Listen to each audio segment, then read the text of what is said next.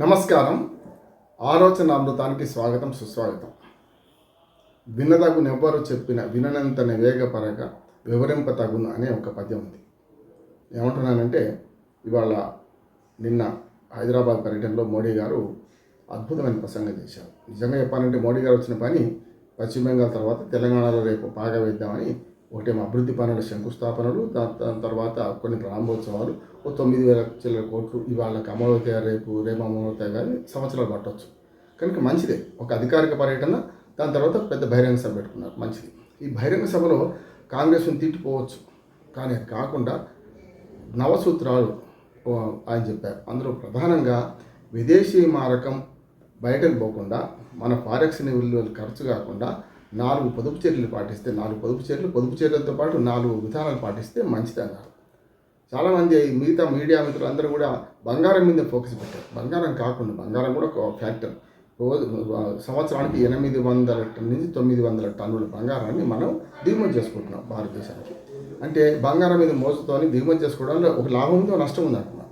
ఒకనాడు కాలం వేరు. ఇవాళ ఆ బంగారం దిగుమతి చేసుకోవడం వల్ల విదేశీ వారికి ఎక్కువ పెట్టాల్సి వస్తుంది. అది డెడ్ క్యాపిటల్ మిగిలిపోతుందని. కానీ పెరుగుతున్న ఆస్తి అంతా ఇళ్లలో పేరుకుపోతుంది తప్ప బయట ప్రపంచానికి రొటేట్ అవుతలేదు కదా. దానివల్ల వస్తున్న సమస్య కనుక బంగారం కొనడానికి ఒక సంవత్సరం పాటు వాయిదా వేయండి అన్నాడు మొత్తం అంతా. కానీ అంటే ప్రమాద గంటికలు మోగుతున్నాయి. దేశ ఆర్థిక స్థితి కునారిల్లిపోయే ప్రమాదం ఉంది. మిగతా దేశాలను చూసి మనం బుద్ధి తెచ్చుకోవాలి. మిగతా దేశాలన్నీ కునారిల్లిపోయినాయి. అక్కడ పాకిస్తాన్, బంగ్లాదేశ్, శ్రీలంక, అట్లా ఆఫ్రికన్ కంట్రీస్ ఏమవుతున్నాయి, అగ్రరాజ్యాలకే ఈ కష్టం వస్తుంది. కనుక మనము ఒక ముందు జాగ్రత్త చర్య చేస్తే బాగుంటుందని చెప్పి మొదలు ఇది. అంటే ఈ మొత్తం సూచనలో విదేశీ మారక ద్రవ్యాన్ని మనం బయటకు పోనీయొద్దు, మన ఫారెక్స్ నిల్వలు మనకు ఉండటానికి. అట్లని సంక్షోభం వచ్చేసింది, రేపో ఎల్లుండే జరగబోతుందనే పుకార్లు కూడా వ్యాపిస్తున్నాయి. ఇది కరెక్ట్ కాదు. మనకు 11 నెలల పాటు అంటే మనం విదేశీ మారక ద్రవ్యం ఖర్చుగా ఇప్పటి నుంచి అంటే రోజు ఖర్చు పెట్టిన 11 నెలల పాటు మనకు రిజర్వ్ స్టాక్ ఉన్నది. అది సరిపోదు కదా. 11 నెలల తర్వాత ఏంది? వాళ్ళ గ్యాస్ ఇంట్లో ఒక అయిపోకముందు ఇంకోటి ఉంటే దాని ధీమా వేరే ఉంటుంది. ఒకటి అయిపోయింది, 2 రోజు నడుస్తుంది, 10 నెల అయిపోయింది అంటే రేపటి గ్యాస్ ఎట్లా అని అనుకుంటుందా, ఉంటుందా?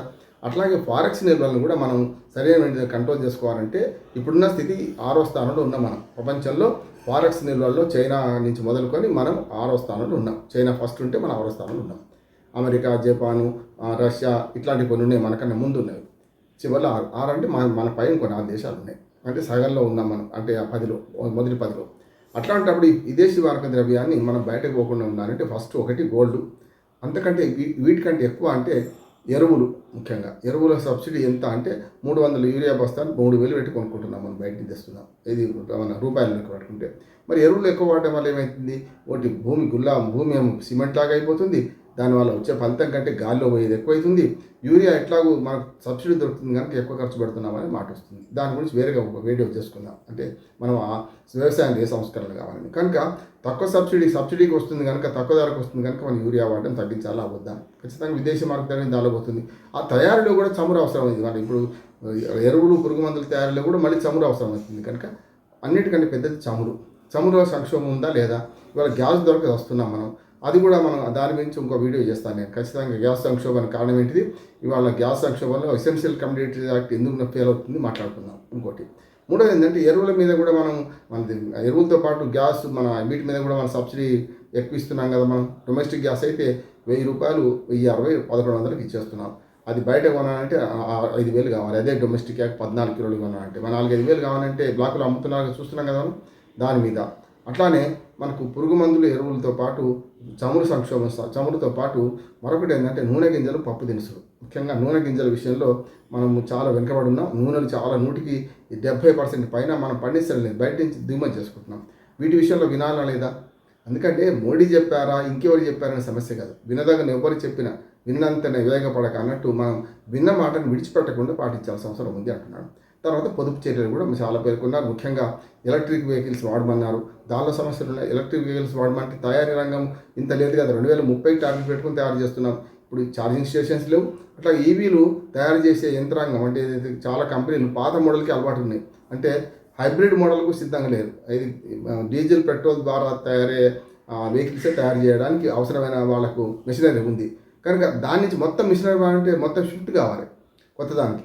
అది టైం పడుతుంది. కనుక ఆ టైం పట్టే దానిలో కూడా వాటి మీద సబ్సిడీలు ఇవ్వడం, రిజిస్ట్రేషన్ ఫీ మనం లైఫ్ ట్యాక్స్ తగ్గించడం, లేకుంటే ట్యాక్స్ మొత్తం తక్కువ చేయడం, ఇవాటి అన్నీ కూడా చేస్తే దాన్ని కూడా పెరగవచ్చు. నాలుగోది ఏంటంటే ఈ పొదుపు చర్యలని పొదుపు మంత్రం ఒకటి పెట్టారు కదా. ఈ పొదుపు మంత్రం మీరు చెప్పేది మేము వినడం కాదు. గతంలో చెప్పిన వాళ్ళు చాలామంది ఉన్నారు. నెహ్రూ చెప్పినప్పుడు మనం చూసాం. నెహ్రూ గారు ఇదే పొదుపు మంత్రం చెప్పినప్పుడు 1962లో భారత్ చైనా యుద్ధం వచ్చినప్పుడు నెహ్రూ గారు చాలా పొదుపు మంత్రాలు చెప్పారు. ఇవాళ ఓన్లీ మోడీ చెప్తున్నా అనుకుంటున్నాం, కానీ ఆనాడు నెహ్రూ గారు చెప్పినది చూసుకుంటే మీకు ఆనాడు నెహ్రూ దగ్గరికి సామాన్య ప్రజలు కాదు, నా ఉద్దేశం అంటే అప్పుడు ప్రధాన ప్రఖ్యాత నా గాయని ఎంఎస్ సుబ్బలక్ష్మి గారు వెళ్ళి యుద్ధ సమయంలో చైనా భారత్ యుద్ధంలో నేను నా నగలు మొత్తం ఇచ్చేస్తా, ఈ నగలు నెహ్రూ గారికి ఇచ్చేసి వచ్చిందట. అది కనపడుతుంది మనకు. లాల్ బహదూర్ శాస్త్రి గారు ప్రధానమంత్రిగా ఉండగా 1965లో మనకు పాకిస్తాన్ ఇండియా మధ్య యుద్ధం వచ్చింది. అప్పుడు పాకిస్తాన్తో యుద్ధం వచ్చినప్పుడు కూడా మన నిజాం పాలకుడు 7వ నిజాం మనకు మహబూబ్ అలీ ఖాన్, మన ఉస్మాన్ అలీ ఖాన్ గారు. 6వ నిజాం ఏమో మహబూబ్ అలీ ఖాన్, 7వ నిజాం ఉస్మాన్ అలీ ఖాన్. ఆయన 5,000 కిలోల బంగారం, 5 టన్నుల బంగారాన్ని ప్రభుత్వాన్ని విరాళంగా ఇచ్చినాడు. అంటే ఎంత గొప్ప! పాకిస్తాన్తో యుద్ధం వచ్చినప్పుడు ఏదో చైనాతో యుద్ధం లేకుంటే ఇతరత్ర కాదు, పాకిస్తాన్ ముస్లిం దేశం అని తెలిసి తాను ముస్లిం అయి కూడా ఆయన 5,000 కిలోలు అంటే 5 టన్నుల బంగారాన్ని విరాళంగా ప్రధానమంత్రి ఆయన లాల్ బహదూర్ శాస్త్రి పిలుపు ఇచ్చారు. అట్లానే మహారాణి దర్భంగా మహారాణి ఆమె కూడా 670 కిలోల బంగారం ఆమె ఇచ్చిందట.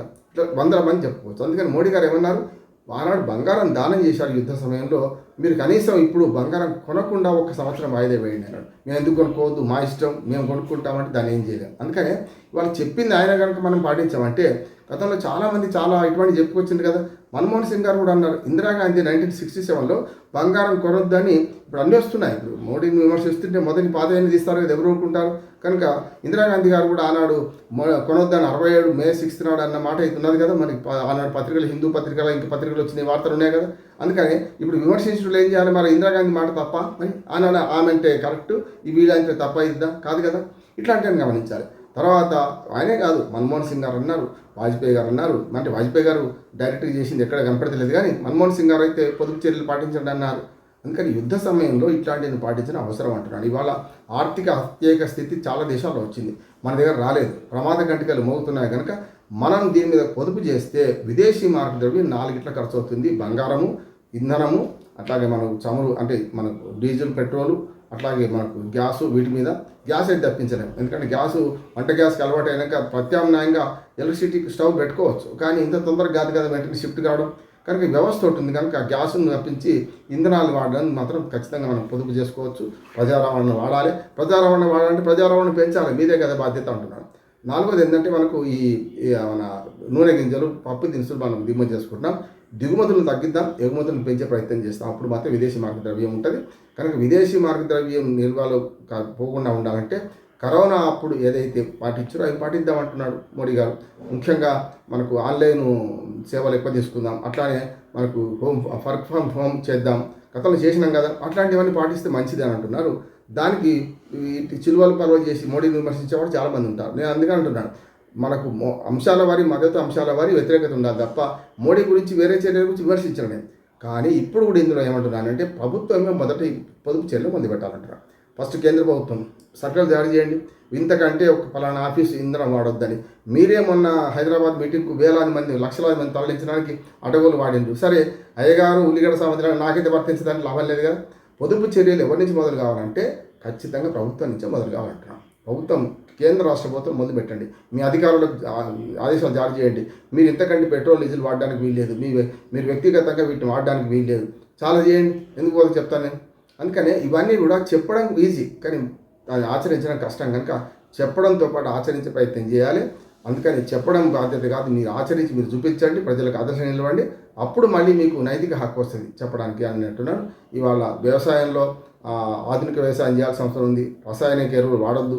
మరి ఎక్కువ వాడాలంటే పశు సంపద పోయింది కనుక పశు సంపద పోతే మరి మనము సేంద్రియ ఎరువు ఇతరత్ర ఎట్లా తయారు చేసుకోవచ్చు.